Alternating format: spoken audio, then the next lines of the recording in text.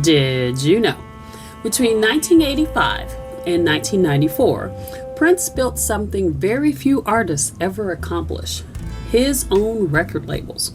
First came Paisley Park Records, later NPG Records. Prince wasn't trying to create another major record label.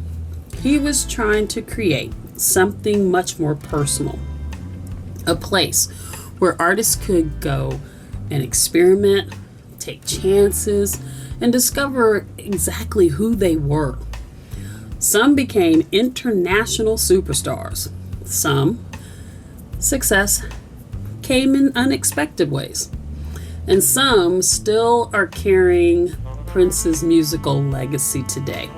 So, what happened to the artists of Paisley Park?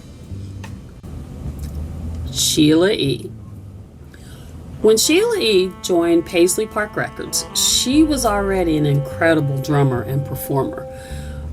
But Prince saw something even bigger. Together, they created Romance 1600, featuring the unforgettable hit "A Love Bazaar," a song that became one of the biggest successes released by a Paisley Park artist. Their partnership went far beyond the recording studio. Sheila became Prince's drummer, his musical director, appeared in Sign of the Times, and for a little bit of the time, they were even engaged. Though their romantic relationship eventually ended, their friendship never truly did.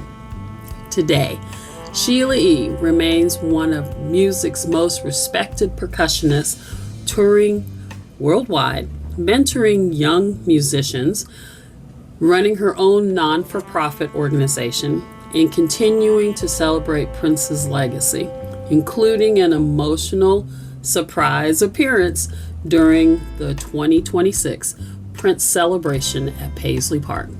Some collaborations end. The best friendships never do. The Time. Prince didn't simply produce the time, he created them. From the songs to the image to the unforgettable chemistry of Morris Day and Jerome Benton. And even with all that awesomeness, the group broke up in the mid-1980s. They did reunite for Graffiti Bridge and released their only Paisley Park record album, Pandemonium. The hit single Jerk Out became the group's highest charting song. Over the years, the Time reunited several times, proving that their music has never really gone away.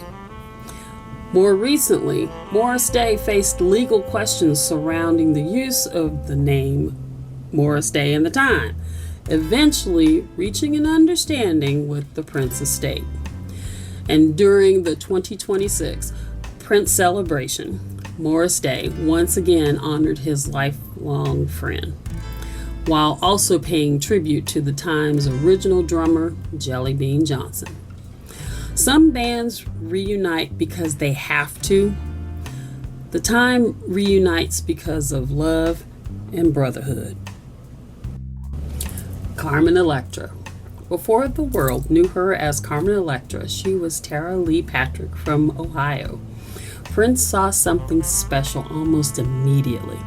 He gave her a new name, produced her debut album, and introduced her to the world. Although the record wasn't a commercial success, Prince gave her something even more valuable: confidence to reinvent herself. She left Paisley Park, moved back to Los Angeles, and built an entirely new career: modeling, movies, television, workout DVDs, Baywatch, Singled Out, American Vampire, Good Burger, The Mating Habits of an Earthbound Human. Carmen Electra was one of the most recognizable pop culture personalities of the 1990s. Sometimes Prince's greatest gifts aren't writing a hit song. Sometimes it was helping someone discover who they really could become. D. George Clinton. Long before Prince became Prince, George Clinton was already a hero. In fact, Clinton helped Prince receive some of his earliest radio support. Years later, Prince finally had the opportunity to return the favor. He signed the funk legend to Paisley Park Records and collaborated with him on 2 albums. Although neither became major commercial hits, that really wasn't the point. For Prince, this was a chance to work alongside one of the musicians that inspired him. Today, George Clinton continues touring with the Parliament Funkadelics and remains one of the most influential architects of funk music. Some dreams are measured by record sales. Others are measured by finally working beside your heroes. Miss Mavis Staples. By the time Mavis Staples arrived at Paisley Park, she didn't need Prince to make her famous. She already was. Prince admired her deeply. He wrote 14 songs for her, produced 2 albums, and the 2 developed a friendship that lasted for decades. Mavis affectionately calls Prince my son. Even after his passing, she continued sharing stories about their friendship and celebrating his remarkable generosity as both an artist and a human being. Today, Mavis Staples continues performing around the world, proving that soulful music never grows old. When these 2 music legends admire one another, everybody wins. The family. Sometimes Prince creates artists. Sometimes he creates bands. The family emerged after the breakup of the time, bringing together musicians Prince believed still had something important to say. Their only Paisley Park album introduced the world to Nothing Compares to You, years before Sinead O'Connor turned it into a global phenomenon. Although the group didn't stay together long, their influence never disappeared. Today, the members continue to perform together, and they reunited in 2009 under the name F Deluxe. And in April 2025, the family celebrated the 40th anniversary of their iconic record. And in June, they performed with the original lineup at Prince's annual celebration 2025, celebrating the music they created with Prince. Sometimes one album is enough to leave history behind. Paisley Park Records just wasn't a record label. It was Prince's creative laboratory, a place where musicians could take chances, experiment, become something that they might never have become anywhere else.